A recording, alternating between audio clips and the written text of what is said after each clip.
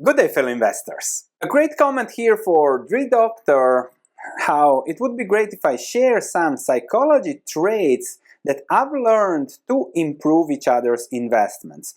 I share them through my videos, but might be nice to have one compact video dedicated to it. So I sat down, and this is my investment journey over the last 22 years of investing. Yes, I did pretty good for myself, a little bit slower the last 7 years, but we're going to do much better because of that in the next 7 years. Anyway, I'm happy to share what is value investing and how I performed and why I did really well when it comes to investing for myself. If you look at this, you might say, Sven, 5x in 5 years, 4x is lucky. Yes, but that is investing, and value investing is getting lucky without getting unlucky. So the first concept I want to share is how you have to believe, the first psychological trait a value investor needs to have is that investing does change one's life for the better. Actually, I would say for the much better. I was recently in a group with people not related to my life, just marginally, and they were all complaining about this, about that, about left, about right. And then in my mind, I come back to Warren Buffett, to his book, The Snowball, where he discusses, and also in this video, how he went with his wife through Los Angeles. I believe they were 22 years old for their honeymoon. And he was looking at that crowd in front of a casino going in to play, to gamble, and he said to his wife, I'm gonna get rich. Or I think when it was to his wife, he said, oh boy, we're going to get so rich. This is because value investing changes one's life for the much better. Not just investing wise. When you're in the 20s, you do the right things. Okay, you try out various things, but you don't repeat the same stupid mistakes again because you see the risk or the input and the reward you get. So you get the right girl. In your 30s, you get the right job, the right mortgage at the right price. You know what is a value investment. In your 40s, you start thinking about the right life. And that is all based on healthy finances. So value investing is not just value investing, it's a style of life. And that leads to a much better life over time. And when it comes to my journey, without value investing, my life would be much poorer.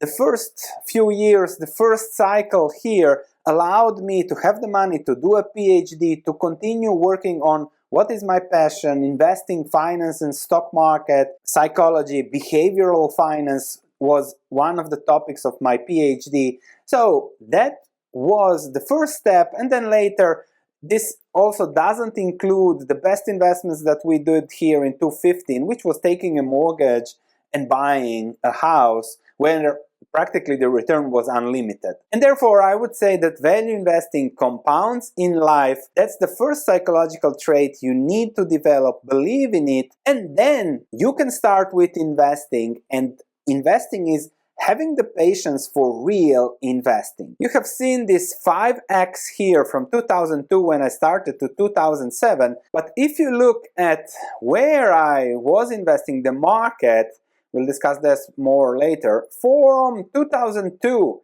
to 2004, for 2 years when I was investing, the market and actually my stocks did nothing, but I had the patience of real investing. And then yes, I got lucky and made my first 5x.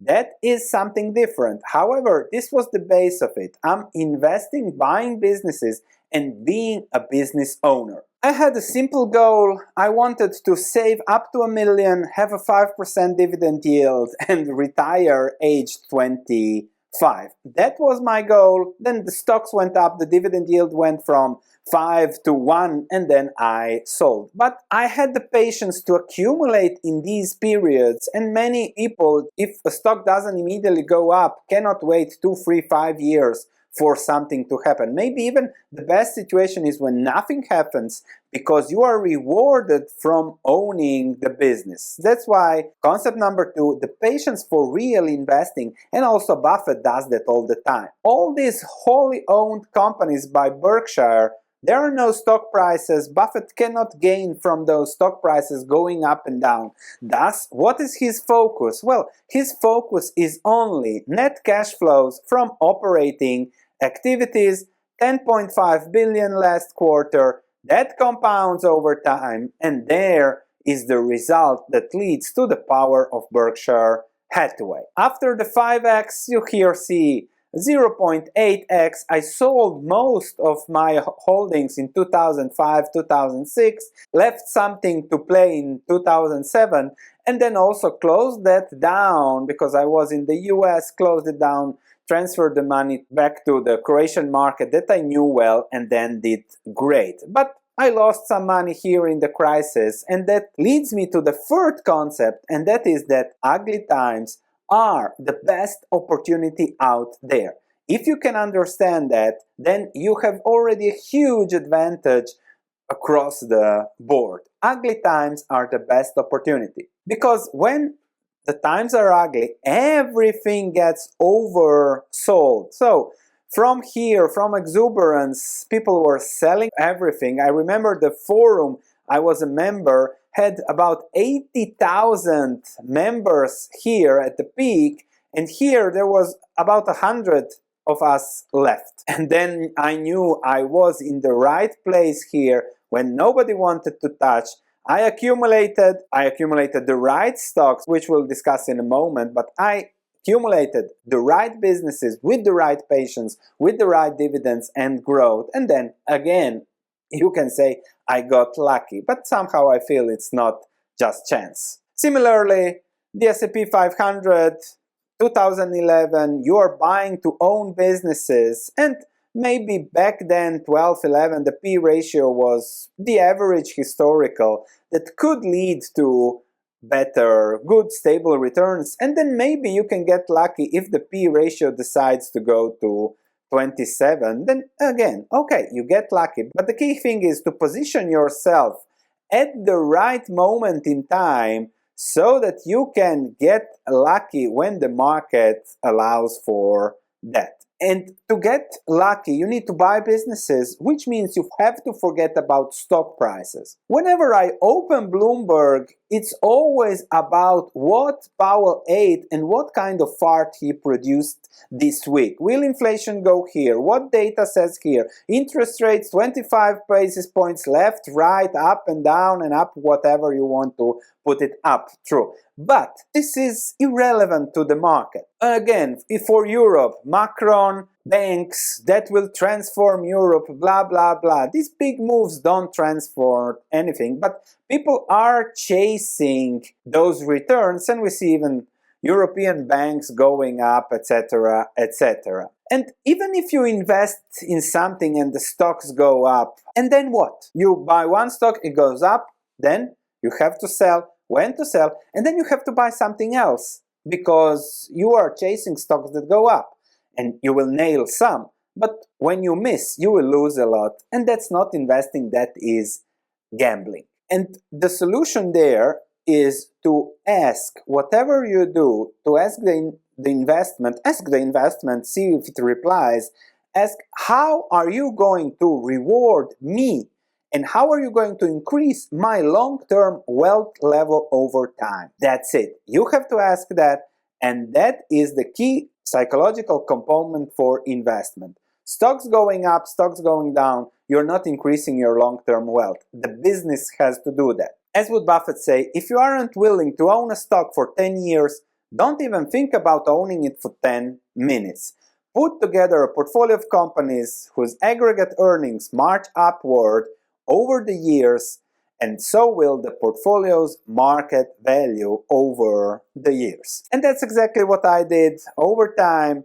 I bought businesses, and those businesses brought to returns. Here, I think I could have done much better, but I chased returns because I had this research platform. I thought that the more activity I do, the more value I give to people.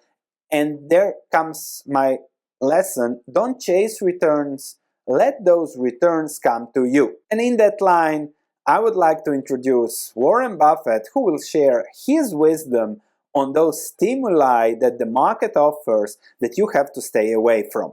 So Buffett chose to stay in this world, Omaha, Nebraska, where corn grows just minutes from downtown. Now, Omaha is a nice town, but nobody claims it's a world financial center. Here, the only thundering herd is actually on 4 feet. Don't you find Omaha a little bit off the beaten track for the investment world? Well, believe it or not, we get mail here, and we get periodicals, and we get all the facts needed to make decisions. And unlike Wall Street, you'll notice we don't have 50 people coming up and whispering in our ear that we should be doing this or that this afternoon. You appreciate the lack of stimulation here? I like the lack of stimulation. We get facts, not stimulation here. How can you stay away from Wall Street? Well, if I were on Wall Street, I'd probably be a lot poorer. You get overstimulated in Wall Street, and you hear lots of things, and you may shorten your focus, and a short focus is not conducive to long profits. And here I can just focus on what businesses are worth, and I don't need to be in Washington to figure out what the Washington Post newspaper is worth, and I don't need to be in New York to figure out what some other company is worth. It's simply an intellectual process. Well, and the less static there is in that intellectual process, really the better off you are. What is the intellectual process? The intellectual process is defining your area of competence in valuing businesses, and then within that area of competence, finding whatever sells at the cheapest price in relation to value. And there are all kinds of things I'm not competent to value, but there are a few that I am competent to value. Have you ever bought a technology company? No, I really haven't. In 30 years of investing, not one? I haven't understood any of them. So you haven't ever owned, for example, IBM? Never owned IBM. Marvelous company. I mean, a sensational company, but I haven't owned IBM. And so here is this technological revolution going on, and you're not going to be a participant. Gone right past me. Is that all right with you? It's okay with me. I don't have to make money in every game. I mean, I don't know what cocoa beans are going to do. There are all kinds of things I don't know about, and that may be too bad. But why should I know all about them? I haven't worked that hard on them. In the securities business, you literally every day have thousands of the major American corporations offered to you at a price that changes daily. And you don't have to make any decisions. You have to make, nothing is forced upon you. So there are no called strikes in the business. The pitcher just stands there and throws balls at you. And if you're playing real baseball and it's between the knees and the shoulders, you either swing or you get a strike called on you. If you get too many called on you, you're out. In the securities business, you sit there and they throw U.S. Steel at 25 and they throw General Motors at 68, and you don't have to swing at any of them. They may be wonderful pitches to swing at, but if you don't know enough, you don't have to swing. And you can sit there and watch thousands of pitches, and finally you get one right there where you want it, something that you understand, and then you swing. And so you might not swing for 6 months. You might not swing for 2 years. Isn't that boring? It would bore most people, and certainly boredom is a problem with most professional money managers. If they try to sit out an inning or two, not only do they get somewhat antsy, but their clients start yelling, "Swing, you bum!" from the stands, and that's very tough for people to do. Well, thank you, Warren. It's always great to have you. And in that line, we go to the next concept, which is that you don't need to swing at every opportunity, because you don't need to catch every train. You just need one train that will bring you where you want to get. For example, I missed Amazon in 2013-14. We were looking at it and I simply didn't understand where it will go. Then even the stock went lower for a while and I thought I was smart, but then it exploded up. However, I still did pretty well, pretty okay over that time for me. And that is investing. The key is that you find the vehicles that will lead you to your financial goals while minimizing risk. You have to be sure that you will get there. And Amazon, despite the greatness, wasn't such a sure vehicle back then, because competition, whatever, anything could have happened back then. Next concept in that line, others will always be getting rich faster.